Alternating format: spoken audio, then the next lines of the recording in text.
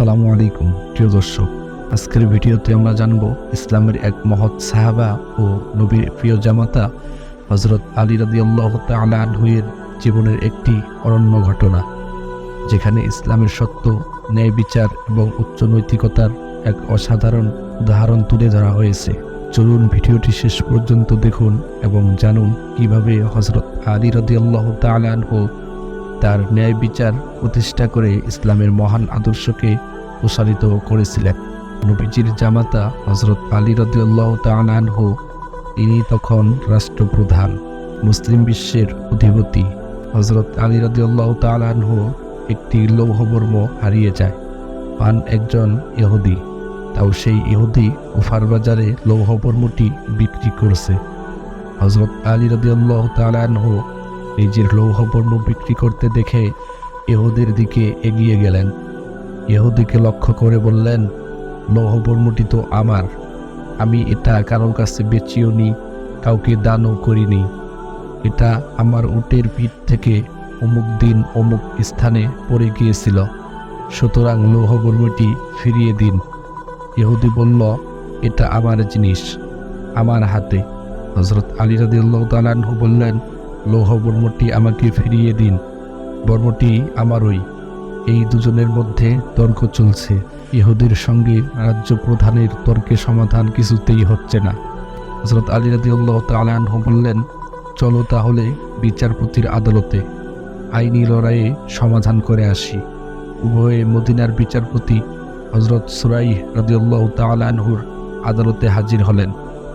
হযরত আলী রাদিয়াল্লাহু তাআলা আনহুকে বিচারপতি জিজ্ঞাসা করলেন, আমিরুল মুমিনিন, আপনার বক্তব্য কি? তিনি বললেন, তার কাছে যে লৌহবর্মটি দেখতে পাচ্ছেন সেটা আমার।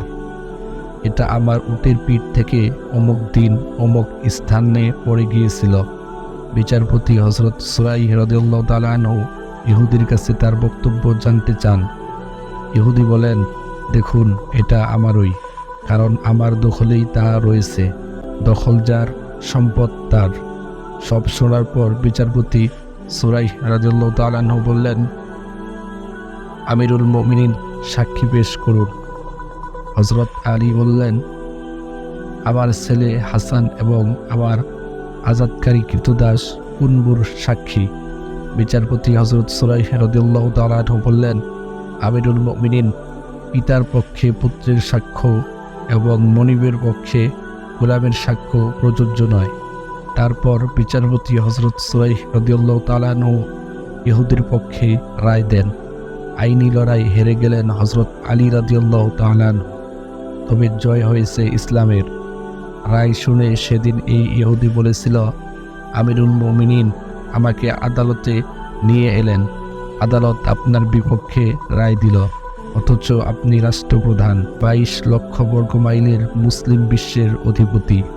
আমি সাক্ষ্য দিচ্ছি ইসলাম সত্য ধর্ম, আমাকে এই সত্য ধর্মের কালিমা পড়িয়ে দিন। আমি সাক্ষ্য দিচ্ছি আল্লাহ ছাড়া কোনো মাবুদ নেই এবং মুহাম্মদ সাল্লাল্লাহু আলাইহি ওয়াসাল্লাম আল্লাহর বান্দা ও রাসূল। আমিরুল মুমিনিন, এই লৌহবর্মটি আপনারই, রাতের অন্ধকারে পড়ে গিয়েছিল। এই ঘটনাটি আমাদের শেখায়, ইসলাম শুধুমাত্র একটি ধর্ম নয়, বরং এক মহান আদর্শ, যা ন্যায় বিচার ও সত্যের উপর প্রতিষ্ঠিত। হযরত আলী রাদিয়াল্লাহু তাআলা আনহু-এর ন্যায়পরায়ণতা ও ধৈর্য আমাদের শিক্ষা দেয় কিভাবে ইসলামিক নীতি মেনে চললে সমাজের সব স্তরের ন্যায় বিচার প্রতিষ্ঠিত হতে পারে।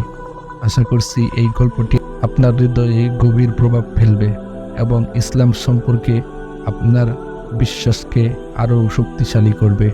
আল্লাহ আমাদের সবাইকে এমন ন্যায়পরায়ণতার সাথে জীবনযাপন করার তৌফিক দিন। আমিন।